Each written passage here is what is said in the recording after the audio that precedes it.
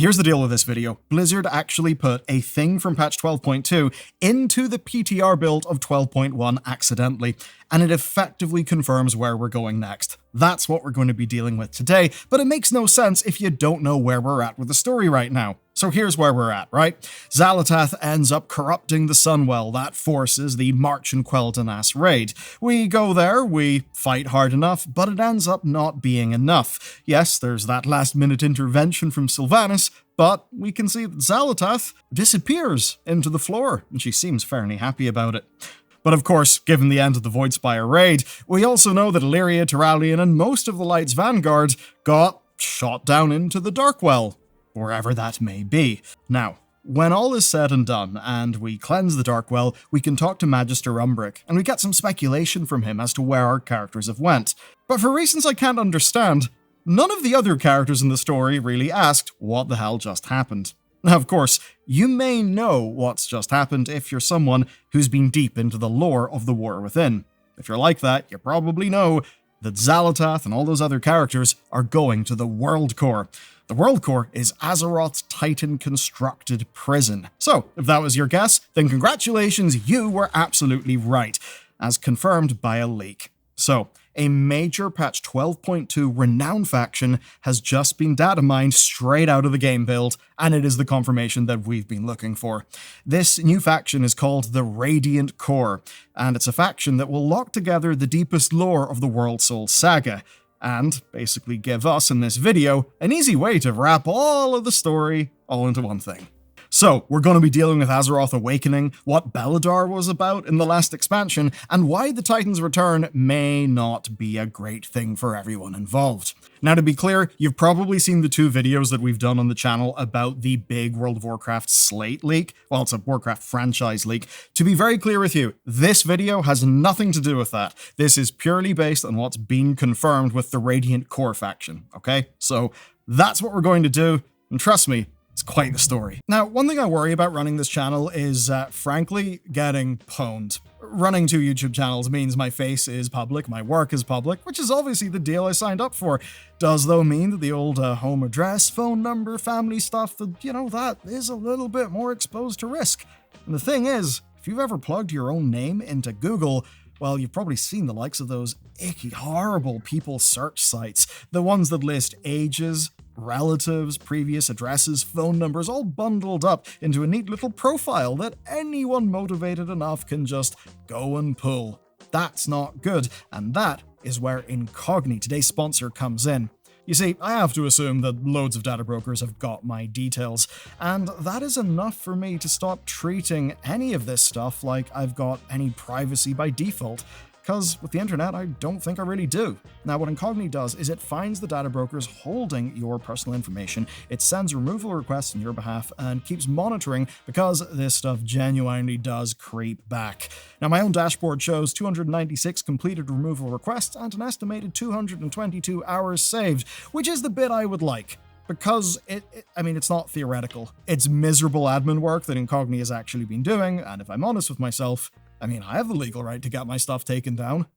Can I be bothered to? No! Nobody likes doing paperwork. That's why Incogni's coming in with real value. So, if you go to incogni.com/BellularWarcraft and you use code BellularWarcraft, good news is you'll get 60% off an annual plan.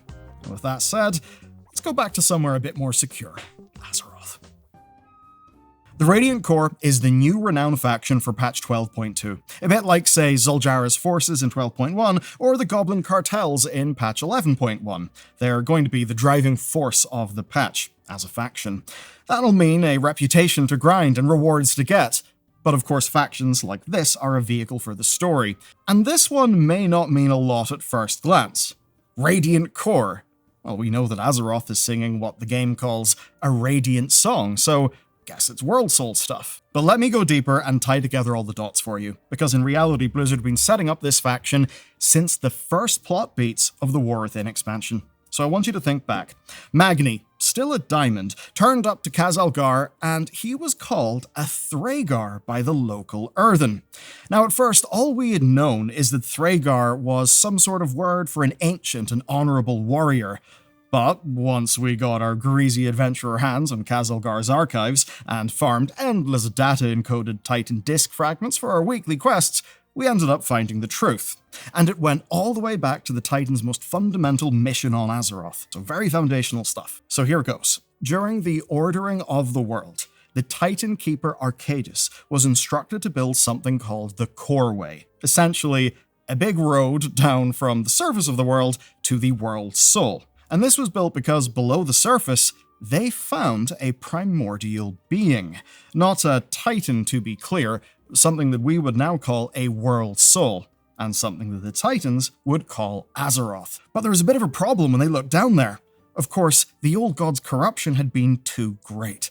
Now, if you're a little bit confused in the timelines, basically Azeroth used to be entirely encrusted with Old God Empire, and the whole thing that went down when the Titans arrived is they basically made a big army and claimed the planet for themselves. But even though the Titans and their minions won the surface war, the big problem is that by then, Azeroth had already been greatly corrupted and damaged. Now, a bit of a plan was hatched by some of our Titans. You see, the Titan Aenar planted the world tree called Aluna here, whose roots wove around the sleeping world soul's cradle. And in doing that, it seems she actually created what we see in the Harrendar zone today. Now, this began to heal the world soul. It seemed like a good thing. But Aman'Thul, the leader of the Titans, basically thought that all of this world tree business represented risk and chaos, so he tore it out. Remember, the Titans are all about nice, lovely, ordered things, so something like a world tree with roots going everywhere, well, it's a bit like a tree in your local town or city that can destroy the pavement or the road, so the council comes and rips it out. It's a little bit like that. Yes, the Titans are your local council. Anyway, Aman'Thul instructed the Titan Keepers to build an installation at the heart of the world. This installation would be called the Worldcore. It would heal Azeroth, but conveniently, it would also let Aman'Thul transform Azeroth into the perfect Titan, so that basically she could wake up as a Titan, as one of them. Now, once constructed, they put the World Soul inside, and they basically believed the job was done. They could just go, attend to their other business, and the Worldcore would do its job, and then Azeroth would wake up one day. But of course, we've long known that Titan facilities very much can't stop the influence of old gods leaking in. We've been to Ulduar, we've been to many other ones, right? But it turns out that's not the only way the Titan's machines were imperfect, and that's because they struggled to stop Azeroth herself. Though of course Azeroth is not her real name, and we'll get to that later. But what actually happened is this. Although sleeping, and essentially in a form of stasis within the Worldcore, the World Soul wasn't happy about being locked up, and she began singing a song. The Earthen, then, who were building the Core Way, heard this song, and many of them were transformed. They turned into diamond, they gained free will, and they devoted themselves completely to Azeroth, completely to the World Soul. And because the World Soul didn't like being locked up, they turned their tools against the Worldcore. They rebelled, forcing the Keeper Arcadis to personally intervene. And in that intervention, many Thragar were destroyed, and the rest basically had their minds wiped. And then, to stop it happening again, the Earthen were given memory gems, which would be wiped out periodically so that Azeroth's influence couldn't build up. So that's what was going on with all those weird memory gems that you may have seen the Earthen have in the War Within expansion. Now, let's get back to our story. Long after the Titan Keepers lost their grip on Azeroth, the World Soul continued to sing, slowly giving the Earthen on the surface a bit more free will, and likely transforming those in the Worldcore once again into Thragar. Perhaps into the Radiant Core, because now it's time to talk about whatever the hell the Radiant Core is. We don't exactly know, but it's obviously something to do with the World Soul, and if you put together all the little puzzle pieces, the idea of a faction of radical free will diamond Earthen does kind of make sense. I mean, in the War Within expansion, we literally heard about how these Earthen fought the Titan Keepers, and they tried to basically break the Worldcore. Though, of course, this time, someone rather different is going to the Worldcore, and that is Xal'atath. What we'll deal with in patch 12.2 is the culmination of everything Xal'atath has worked toward. From the fateful day she decided to turn on Dimensius by destroying Koresh, to every mortal she has corrupted throughout the ages, every stolen body and every old god bargained with. It has all been leading up to this one point. You see, Azeroth has the power to make Xal'atath basically the most powerful being in the entire setting. That pretty much goes without saying, but what does need considering, however, is Xal'atath's proven record for stealing power. You see, through the Void, she consumed her way to the top, using the Black Blade that we were first introduced to in the Legion expansion as a bit of a vessel. But of course, in Battle for Azeroth, she gains a body, in Dragonflight, she gains the Dark Heart, and basically spends a while sucking all the cosmic energy into the Dark Heart that she basically could. This all seemed dramatic and threatening, but we didn't exactly know what her end goal was. What was Xal'atath actually doing? Is she literally just here to waggle her toes and aura farm for a bit? Well, most people didn't know. We probably thought it had something to do with Azeroth, and of course now we know that Xal'atath has basically busted into Azeroth's prison, likely via ley lines. It's the sort of thing that is all but confirmed when you analyze the lore, from the War Within through to what actually happens in-game. Now, this is all bad news for the denizens of Azeroth, and it reminds me of Chris Metzen's big warning that in Midnight, we would lose our fight against Xal'atath. Now that may seem a bit weird to you because it kinda looks like we won in 12.0, right? Yeah, the Darkwell was a thing, but it's no longer the Darkwell. We managed to purify it. Well, the reality could actually be something darker still, because all that 12.0 stuff is basically just Xal'atath getting her way into where she wants to go. But there is still hope, and there's more going on in the Worldcore than the Thragar and the Titan defenses that we kind of already know about. And that's because nearly all of the Light's Vanguard, along with Illyria and Turalyon, were taken into the Darkwell. Now think about it. Minus casualties from the initial conflict, and the handful who escaped with Umbric or were left in Silvermoon, the rest of the Light's Vanguard are now in the Worldcore, we must presume. All those dudes who teleported in at the beginning of the expansion ended up being sucked into the Darkwell, and of course we know the Darkwell was being used by Xal'atath to get to the Worldcore. That likely means they're down there as well, maybe being led by Turalyon. So forget the idea of it being just a ragged band of desperate paladins in the Edge.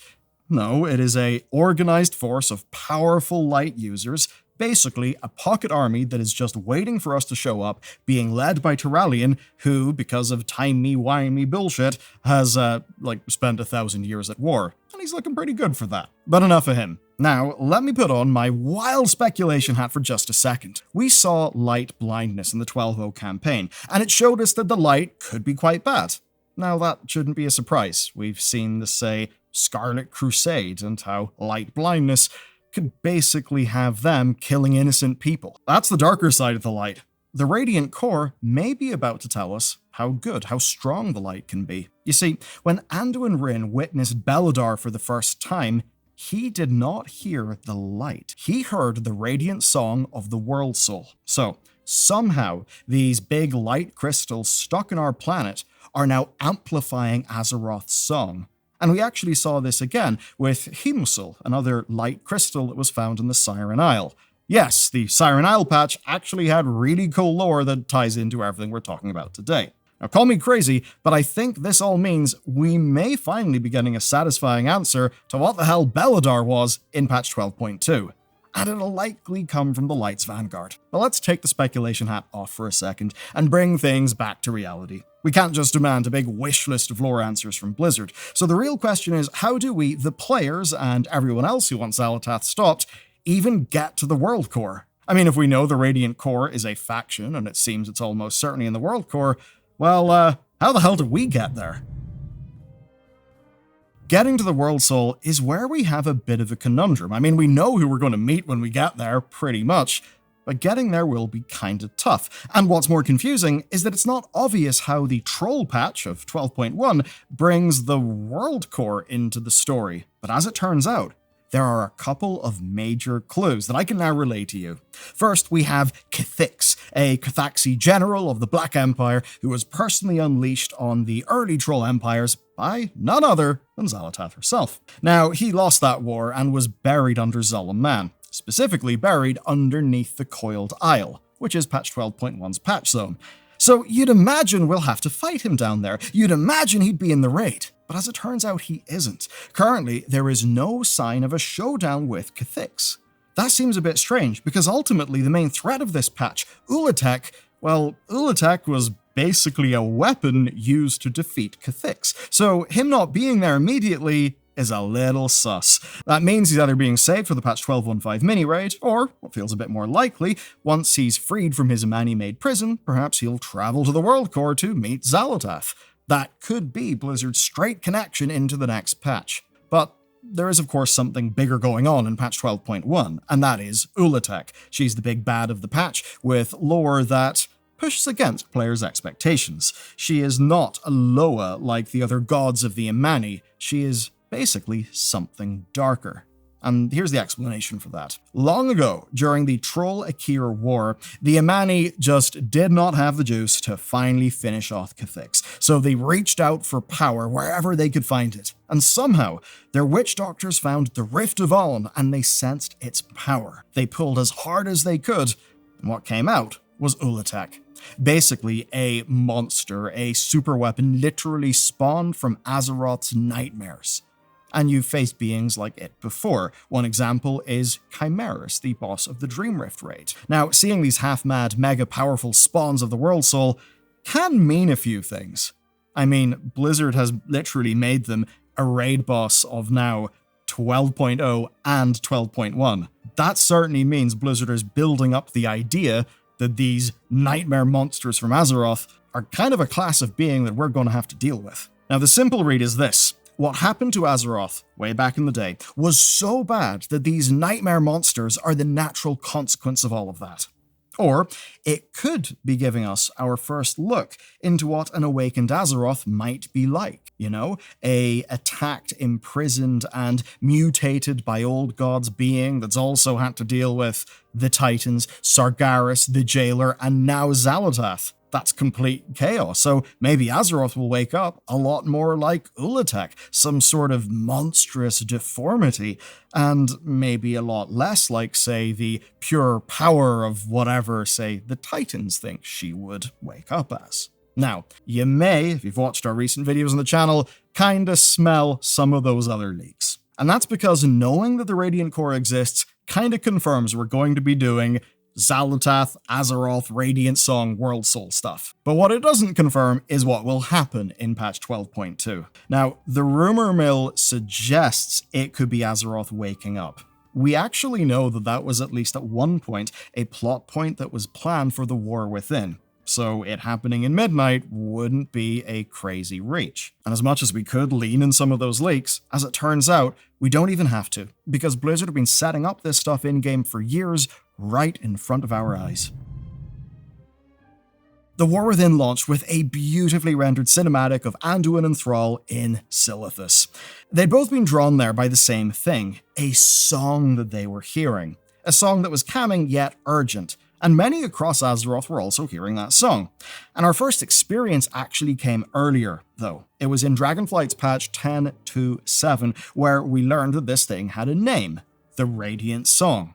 And Locust Walker warned us that Koresh, his destroyed home planet, which also had a World Soul in it, that it sang a similar song before the end. The next thing that happened, though, was the War Within's pre-patch event, where we traveled across the world fighting echoes of Azeroth's past traumas made manifest by the Radiant Song. Basically, our World Soul experienced everything that ever happened on the planet, and much of that left deep scars, both physical and mental. We then, of course, asked resident World Soul expert Magni Bronzebeard what was going on, and he told us that actually Azeroth hadn't spoken to him in years. But we told him to go and give it a try, and when he did, the reason for her silence became clear. You see, in slowly waking up, she had grown so powerful that her voice would destroy Magni, and we actually saw that nearly happen in the Chamber of Heart. That's where Magni got quite the zap. But one thing did actually get through, and that was the location of Khazalgar. So we set off on another Special Forces mission to yet another unknown island, We landed in Khaz-Elgar, we saw that the Radiant Echoes were really strong in Khaz-Elgar. Azeroth was in a way speaking to us, and what she showed us was generally horrifying. I mean, you may have went to those Radiant Echo things to get resources for your character to get more powerful, but what actually plays out in them is pretty rough. Azeroth, as an example, had watched the Ankoan driven into the abyssal depths by the servants of the old gods and being twisted into the Kobis. She felt servants of the Titans dig out immense installations within her. There's Sargeras' blade, which was plunged into the depths of the world, greatly wounding her.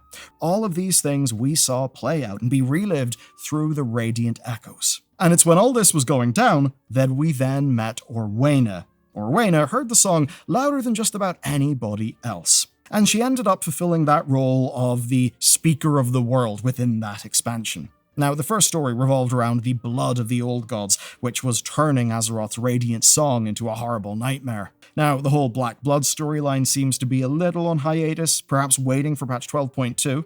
But Orwena did bring us, of course, to Harrendar. That's where we discovered the Cradle of Alanhara, and with it, a pre-Titan name for our world soul, Alanhara. That's, I suppose, her original name, with Azeroth being what the Titans called her. And what we also learned is that she was effectively kidnapped. She was taken away from the Cradle and locked into the Worldcore. That, of course, means she's in the Worldcore, and she is the one who we'll meet whenever we go down there on our pursuit for Xal'atath. So, take everything I've talked about today and let it be real. Azeroth is down there, we're going to meet her, and when she wakes up, she may not be what we expected. She might be something as unhinged as Ulatek, but more powerful than anything in creation. With that in mind, there is then one more thing you need to see, and that is the setting-defining event that, according to leaks, is waiting at the end of patch 12.2. This brings us to the other leak, not the Radiant Core one, the deeper, more substantial leak. And it is a strange one. I mean, it's a comment on the pet battling subreddit, but it's one from a user with several other leaks, and one of those leaks was actually confirmed by a Blizzard codename showing up. And the thing is, the Blizzard codename showed up way after the leak happened. So, how did they know about Camelot?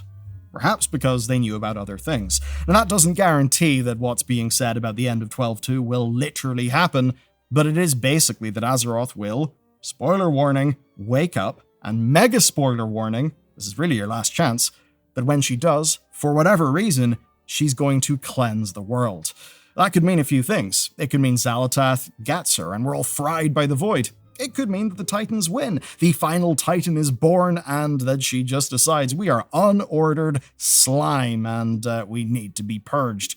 You know, a bit like what Algalon wanted to do back in Ulduar. Or, given Ulatek, the Rift of Allen, and all that crazy stuff that we've seen with the Radiant Echoes, maybe what wakes up won't be the real Azeroth, maybe it will be a tortured and twisted world soul, part void, part order, part Alanhara, her original self, and totally mad. Maybe one ready to wipe existence clean because we're just all that bloody annoying. Couldn't blame her, to be honest. But going back to our leaker, he then tells us that it's all set up for a WoW 2.0. Now, to be clear, I don't literally mean you downloading a brand new game called WoW 2.0, but effectively, it's the idea of a narrative reset, one that just kind of ties off all of these big cosmic threads and maybe gets us back to a more boots-on-the-ground situation. So, if you would like a discussion on Azeroth walking amongst us, what happens at the end of the World Soul Saga, and what the hell a WoW 2.0 could even mean, well, click this video next.